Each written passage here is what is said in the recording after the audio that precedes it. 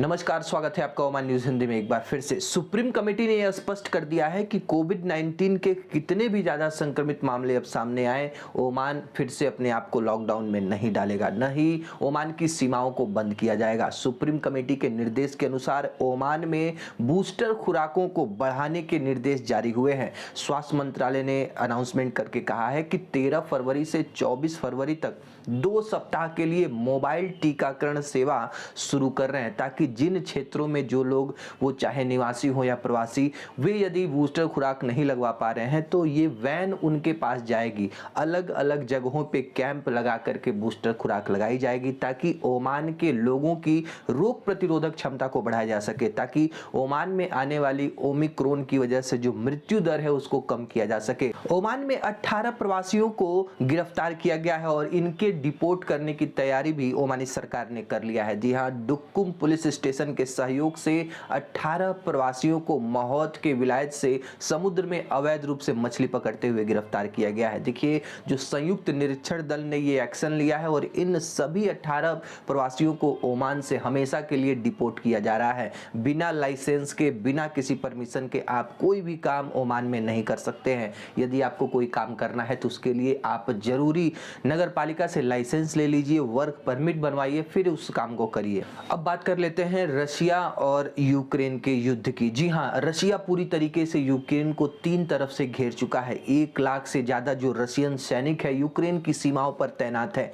कभी भी जो रशिया है वो यूक्रेन पर हमला कर सकता है। देखिए, शनिवार को अमेरिका के राष्ट्रपति जो बाइडेन और रशिया के राष्ट्रपति पुतिन के बीच में टेलीफोनिक वार्ता हुई, लेकिन इस वार्ता से कोई फायदा नहीं मिला। हालांकि अमेरिका ने रशिया को पूरी तरीके से चेतावनी दी है कि यदि आपने यूक्रेन पर हमला किया तो इसके गंभीर परिणाम भुगतने होंगे, हम भी पूरी शक्ति के साथ इसका उत्तर देंगे। और देखिए, यूक्रेन पूरी तरीके से एकजुट है और वो अपने देश के लोगों को आह्वान करते हुए बता रहा है कि आपको डरने की आवश्यकता नहीं है, यूक्रेन और की सेना पर आप विश्वास रखिए, हम पूरी तरीके से सेफ हैं। हालांकि अमेरिका, डेनमार्क और जापान सहित कई सारे देशों ने वहां से अपने नागरिकों को तत्काल निकलने की सलाह दी है। अमेरिका ने यहां तक कह दिया है कि जो भी अमेरिकी नागरिक इस समय यूक्रेन में रह रहे हैं वो तत्काल 24 से 48 घंटे के अंदर यूक्रेन को छोड़ दें, क्योंकि युद्ध वाली स्थिति में अमेरिका अपने नागरिकों की सहायता के लिए जो सेना है वो नहीं भेजेगा। ओमान की रॉयल नेवी इस समय शनिवार को अंतर्राष्ट्रीय समुद्री अभ्यास 2022 IMX 22 में अपनी भागीदारी शुरू कर चुकी है। देखिए, इस जो युद्धाभ्यास में अमेरिका हो गया, साउथ अफ्रीका हो गया, अमेरिका की रॉयल नेवी इस समय अंतर्राष्ट्रीय समुद्री अभ्यास 2022 IMX में भागीदारी शुरू कर चुकी है। इस अभ्यास में पाकिस्तान की नौसेना, साउथ कोरिया की नौसेना और अमेरिका की नौसेना इसमें भाग ले रही हैं संयुक्त रूप से, और ये पूरी तरीके से स्ट्रेट ऑफ हार्मूज, ओमान सागर और अरब सागर में आयोजित किया जा रहा है, जो कि 12 फरवरी से 18 फरवरी तक चलने की उम्मीद है।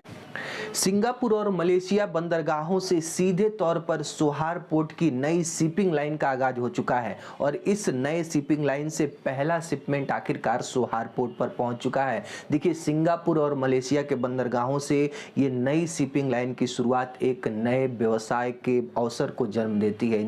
इन सभी देशों के बीच में जो इस रूट के माध्यम से ज्यादातर व्यवसाय हो सकेंगे, वो चाहे आयात की बात हो या निर्यात की बात।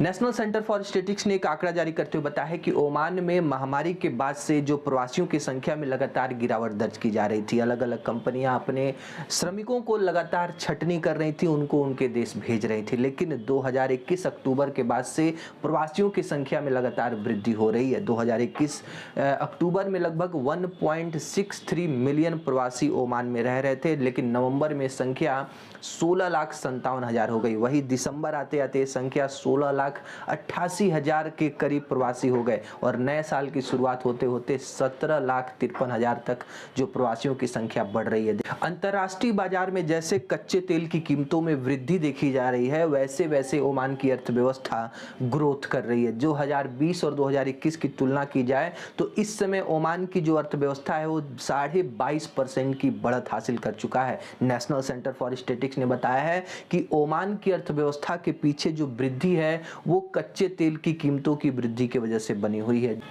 नागरिक सुरक्षा एम्बुलेंस प्राधिकरण ने बताया है कि बरका के विलायत में एक ट्रेलर वैन में आग लग गई। जी हाँ, जिसको आप बोल सकते हैं कारवां, जो कि आप गाड़ियों में टोचन करके कहीं भी उस छोटे से घर को ले जा सकते हैं। इसमें आग को बुझा लिया गया है। फायर फाइटर्स ने किसी के भी चोटिल होने की कोई जानकारी नहीं दी है।